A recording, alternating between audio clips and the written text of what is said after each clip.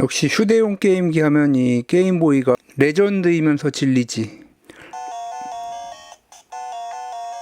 지금 봐도 질리지 않는 이 디자인, 그리고 그립감. 역시 게임기는 세로형이야. 게임보이를 오마주한 많은 게임기들이 그동안 나왔는데 이 작은 피트보이, 그리고 라즈베리파이 CM 시리즈가 들어가는 G파이 케이스, 내가 만든 것도 있고,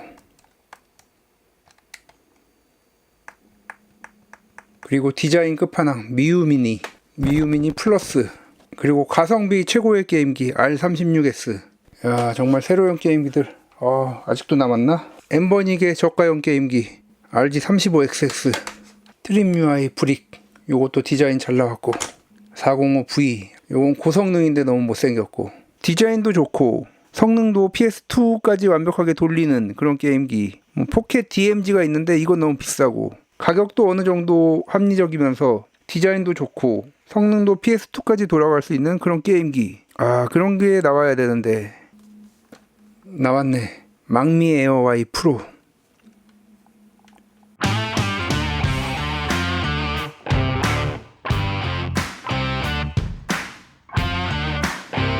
안녕하세요, 닥터케입니다. 오랜만에 세로형 게임기 리뷰를 하게 되었습니다. 레트로 게임기에 관심이 많으신 분들은 망미 한 번씩 들어보셨거나 이미 기기를 가지고 계신 분들도 계시겠지만, 대부분의 유저들은 아마 이름을 못 들어보셨거나 어떤 게임기가 있는지 잘 모르시는 분들이 많이 계실 겁니다. 망미, 한국 어감은 망자가 들어가서 좀 그렇지만 아무튼 최근에 많은 게임기들을 만들고 있는 회사입니다. 여기서 나온 망미 에어 Y 프로. 이전에 에어 X가 나왔었죠. X는 가로형, 그리고 Y는 세로형입니다. 네이밍 잘 지은 것 같습니다. 그래서 이 망미 에어 Y 프로 일단 한번 열어보겠습니다.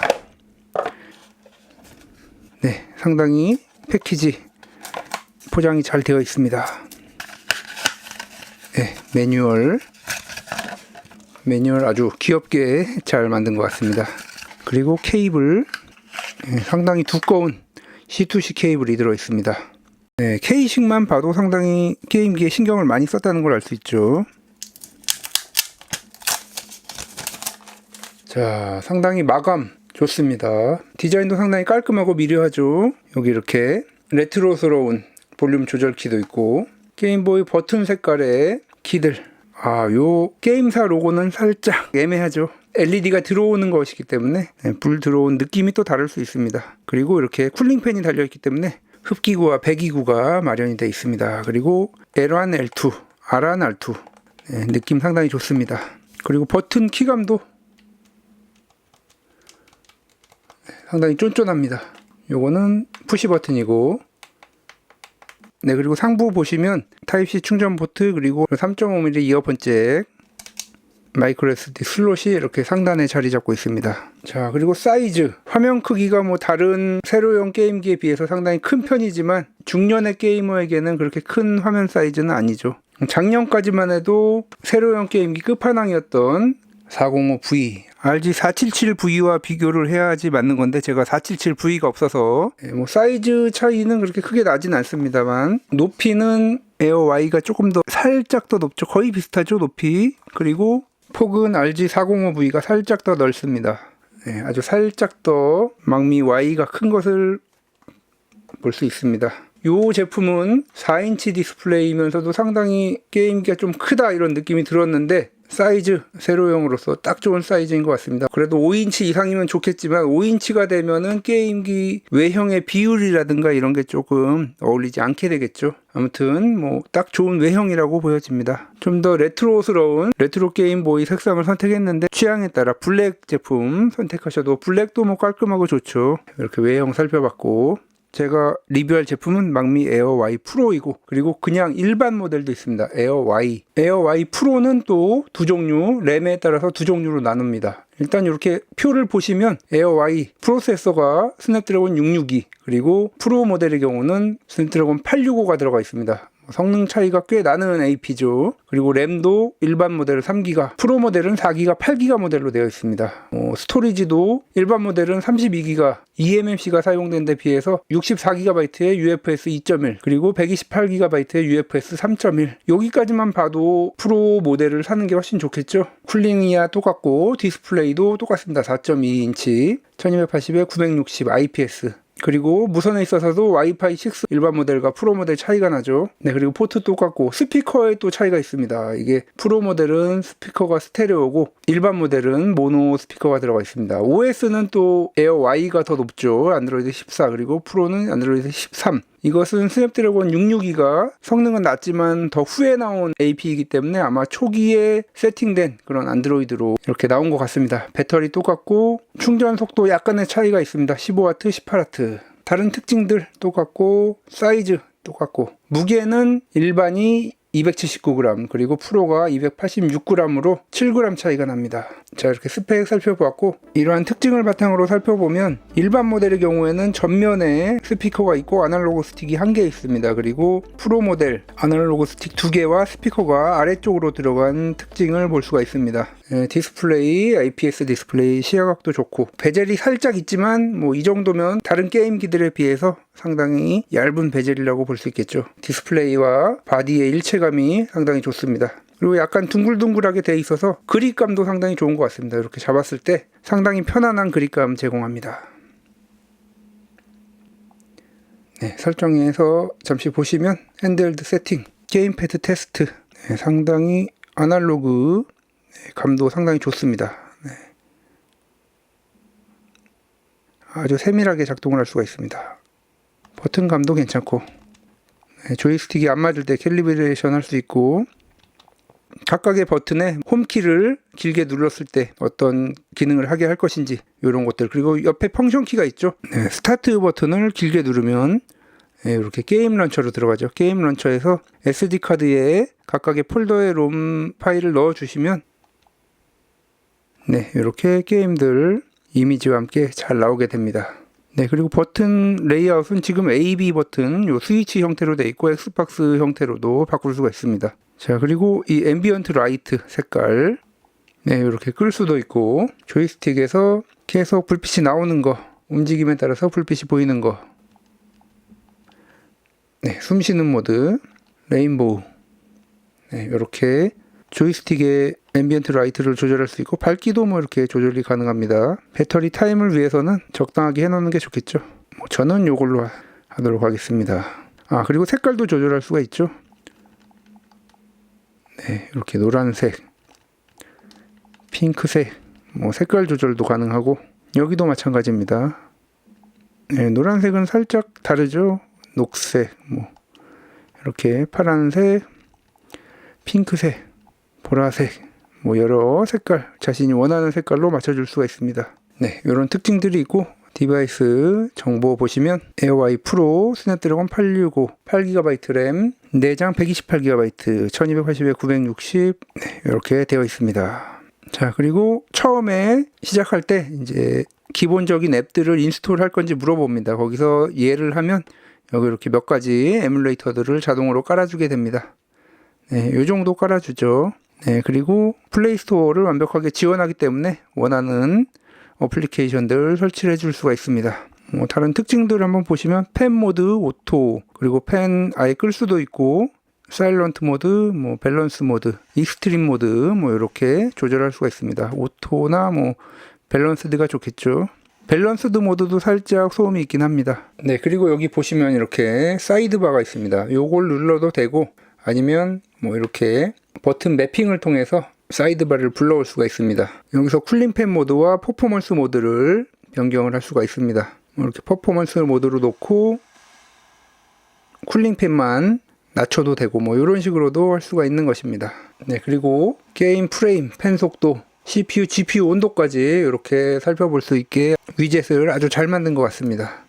패드 관련 설정도 할 수 있고, UMPC의 그런 런처처럼 아주 잘 만들어졌습니다. 자, 그러면 이 스냅드래곤 865 나온 지 한참 된 AP이고 성능도 대부분 알겠지만 이 기기에서 어느 정도 성능이 나오는지 한번 보도록 하겠습니다. 네, 긱벤치 점수 스냅드래곤 865 싱글코어 1100점 정도, 그리고 멀티코어 3400에서 500점 정도 나오는 걸로 되어 있는데 일반적으로 알려진 수치에 맞게 잘 나오는 것 같습니다.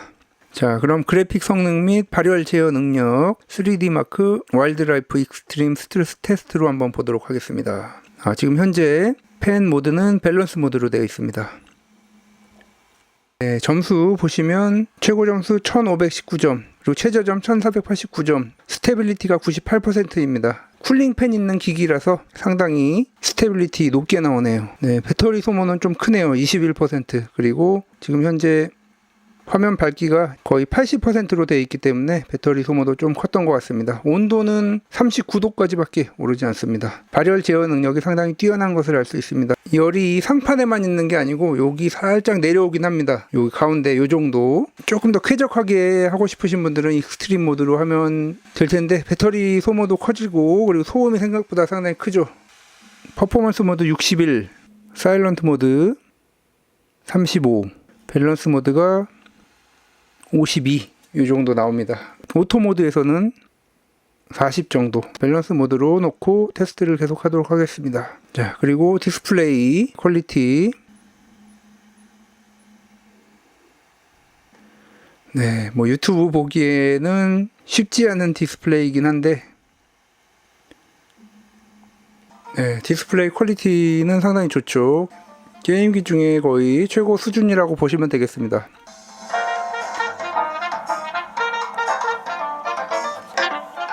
스피커가 하단에 있죠.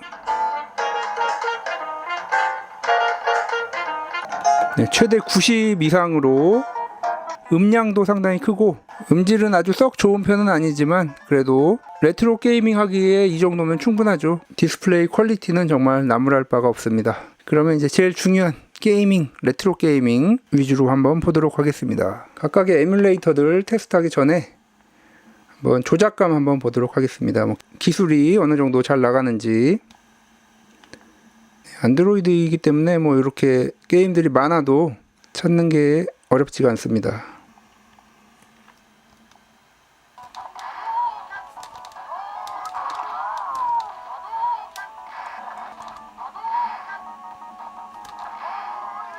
네, 승용권, 파동권 상당히 잘 나갑니다. 네, 상당히 잘 나가죠. 자, 그리고 또 다른 문제 중 하나가 이 디스플레이가 아야네오 포켓 에어 미니와 아마도 같은 디스플레이가 사용된 것으로 생각이 되는데 포켓 에어 미니에서 화면에 잔상이 생기는 그런 문제점이 있었죠. 그래서 이 제품도 일부 베타 테스터들에 의해서 잔상 현상이 보고가 되었습니다. 그래서 지금 현재 최신 펌웨어 업데이트를 통해서 이 문제는 해결이 된 것으로 되어 있습니다. 자, 그러면 한번 스크롤이 빠른 게임으로 잔상이 있는지 보도록 하겠습니다.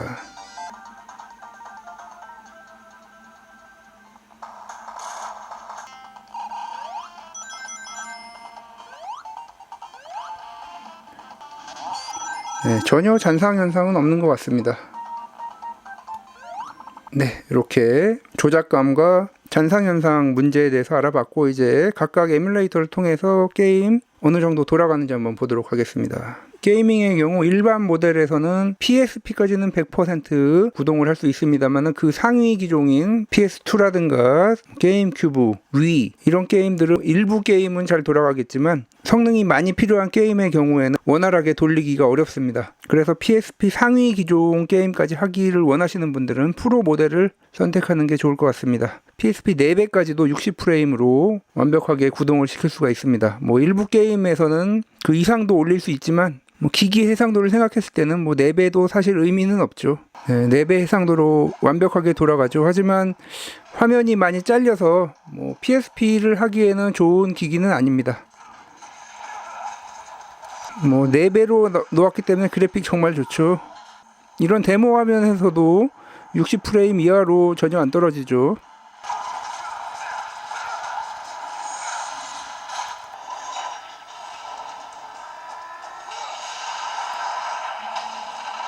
자, 완벽하게 돌릴 수 있지만 화면 사이즈가 조금 아쉽고.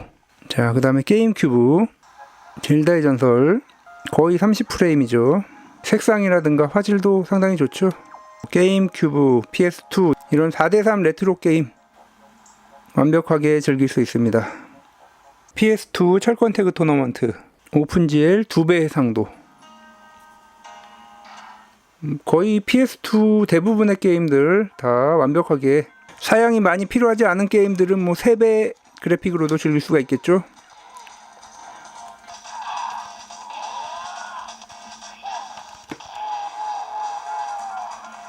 네, 2배 해상도에도 뭐 거의 60프레임에서 떨어지지 않는 걸 볼 수가 있습니다. 가장 사양이 많이 요구되는 위 게임 슈퍼 마리오 갤럭시 2. 네, 요거는 1배 해상도입니다. 네, 그런데 약간 진동이 약한 면이 있습니다. 진동이 살짝 다른 기기들에 비해서 약합니다. 자, 여기서 프레임이 어느 정도까지 떨어지는지 보시면 57까지가 가장 낮은 프레임이었습니다. 닌텐도 위 게임도 거의 대부분 다 60프레임으로 즐길 수 있다는 거죠. 네, 아무래도 쿨링 팬이 있기 때문에 원래 여기서 60프레임 잘 유지되다가도 50 초반대로 떨어지는 기기들, 스냅드래곤 888 이하의 기기들은 그런 현상이 많이 나타나는데, 요거는 쿨링 팬이 있어서 프레임 떨어짐 없이 게임 답답하지 않게 즐길 수가 있습니다.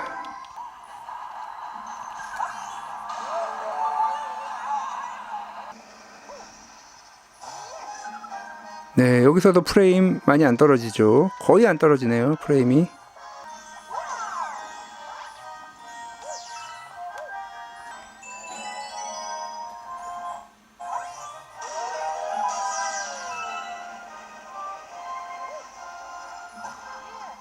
마지막으로 윈도우 에뮬레이션. 4:3 화면을 지원하지 않는 게임의 경우는 좀 애매하겠죠. 실크송과 같은 2D 게임, 하데스, 그런 게임들은 이 사양에서 다 잘 돌아가죠. 4:3은 800에 600이 있는데 요걸 적용하면 이렇게 하면 작아집니다. 그래서 어쩔 수 없이 720p, 뭐 이 이상은 또 지원이 안 됩니다. 720p까지 밖에 지원이 안 되는데 16:9를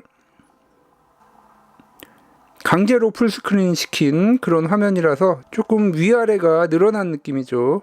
프레임은 50프레임 후반대, 거의 60프레임 나오죠.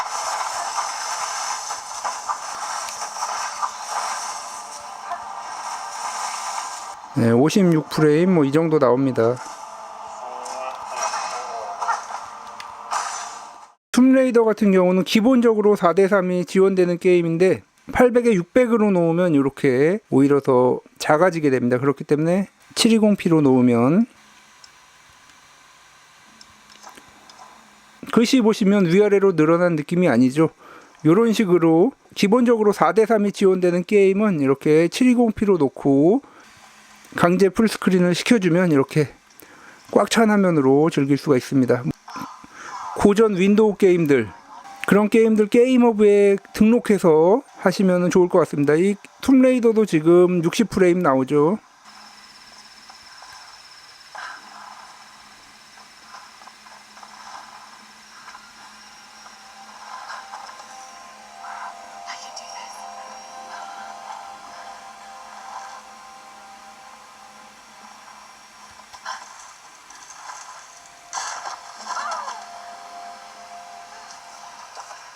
네, 이렇게 망미사의 새로운 게임기 망미 에어 Y 프로에 대해서 살펴보았습니다. 디자인 호불호가 있겠지만 아무래도 세로형이면서 고성능의 경우에는 PS2까지 즐겨야 되기 때문에 이 아날로그 스틱 2개가 여기 들어가는 거, 요거 때문에 좀 디자인을 해치는 면이 있는데 이거는 뭐 어쩔 수가 없죠. 그야말로 게임보이 오리지널 디자인을 완전히 오마주화해서 잘 만든 것 같습니다. 요것도 뭐 살짝 아쉽긴 한데 LED 색깔 자신이 원하는 대로 맞출 수 있다는 점도 또 장점이죠. 그리고 이 동글동글한 디자인 때문에 그립감도 상당히 좋고, 밸런스 모드에서는 사용하면서 열이 난다는 걸 거의 못 느낄 정도로 발열 제어도 잘 되고, 아주 쾌적하게 사용하실 분들은 뭐 익스트림 모드로 놓고 사용하셔도 되고, 게임 런처도 상당히 잘 돼 있고, 여러 가지 장점이 있는 그런 기기입니다. 베젤도 상당히 얇아서 사이즈에 비해서 화면 사이즈도 상당히 크고, 디스플레이 퀄리티 상당히 좋고, 스피커 음량도 상당히 크고, 음질도 무난한 점, PS2 위까지 거의 4대3으로 나오는 모든 게임을 완벽하게 즐길 수 있다는 점이 장점이 되겠습니다. 그리고 뭐 3.5mm 이어폰 잭이 있기 때문에 음악용으로 사용하는 것도 괜찮겠죠. 배터리도 일반적인 용도, 뭐 이런 방금 전 게임 같은 아주 고사양의 게임이라든가 이런 게 아닌 이상은 충분히 6시간에서 8시간까지도 사용할 수 있는 그런 배터리입니다. 3D 마크 같은 거 했을 때 배터리 소모량을 보면 최고 사양을 요구하는 그런 것들을 계속 할 때는 뭐 4시간, 그래도 4시간 정도는 사용할 수가 있겠죠. 네, 그리고 이전에 다른 회사의 같은 디스플레이에서 보고되던 잔상 현상도 소프트웨어적으로 해결을 한 점, 뭐 이런 많은 장점이 있고, 네, 이 레트로스러운 아날로그형 볼륨 조절기. 네, 그리고 또 다른 장점 중 하나는 뭐 가성비가 괜찮다는 점. 원래 이 리뷰 제가 지금 진행하고 있을 때 아직 가격 정보가 나오지 않아서 말씀을 못 드릴 뻔 했는데, 가격 정보가 나와서 얼리버드로 구매할 시에 일반 모델 89.99달러, 그리고 프로 모델 4기가 모델 145.99달러, 프로 8기가 모델 175.99달러. 뭐 물론 프로 4기가 모델도 145달러지만 배송비가 있어서 관세는 내셔야 합니다. 프로모션 기간은 8월 12일부터 8월 15일까지. 네, 그리고 얼리버드 기간이 끝나면 일반 모델 94.99달러, 4기가 159.99, 8기가 189.99달러. 입니다. 네, 예상했던 가격이 190달러 정도가 되지 않을까 싶었는데 거기서 살짝 0.01달러 낮은 가격으로 나왔습니다. 구매는 망미 홈페이지에서 구매를 하시면 되겠습니다. 네, 이렇게 가성비도 괜찮다는 점 말씀드리고 싶고, 단점이라면은 호불호가 갈릴 수 있는 디자인, 그리고 진동이 약간 약하다는 점, 그리고 저는 이 쫀쫀한 느낌이 좋은데 쫀쫀한 느낌보다 또각또각거리는 느낌이 좋으신 분들에게는 조금 불호일 수도 있겠습니다. 약간 예전 게임보이 느낌에서 살짝 더 텐션이 있는 그런 조작감입니다. 얼리버드로 구매하시면 가격 경쟁력도 충분히 있는 그런 게임기, 그래서 포켓 DMG 같은 고가형이 아닌 이상 중가형 세로 게임기 중에 가성비, 그리고 성능, 뭐 디자인, 디스플레이 많은 장점이 있는 그런, 뭐 제가 보기에는 가성비로는 최고의 세로형 게임기가 아닐까 이런 생각이 듭니다. 지금까지 닥터케였습니다. 다음 시간에도 더 알차고 도움이 되는 IT 정보, 리뷰, 그리고 신박한 DIY로 찾아뵙도록 하겠습니다. 구독과 좋아요도 부탁드립니다.